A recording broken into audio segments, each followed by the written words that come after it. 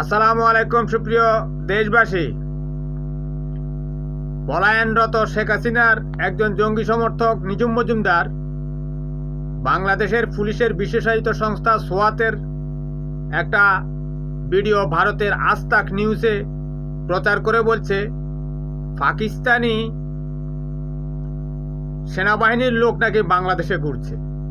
আসলে সেটা হচ্ছে সোয়াত, CRT। এই বিশেষায়িত সংস্থাটি 12 ডিসেম্বর রাজশাহী 3 আসনের সাংসদ আওয়ামী সাংসদ আসাদুজ্জামান আসাদকে গ্রেপ্তারের সময় জনগণ যাতে হামলা করতে না পারে সেজন্য এই সোয়াত তাকে কঠোর নিরাপত্তা বেষ্টনীর মাধ্যমে আদালতে তুলছিল। সেই ভিডিওটা ভারতীয়রা এবং বাংলাদেশে থাকা ভারতীয় এজেন্টরা ভারতে প্রচার করে বাংলাদেশ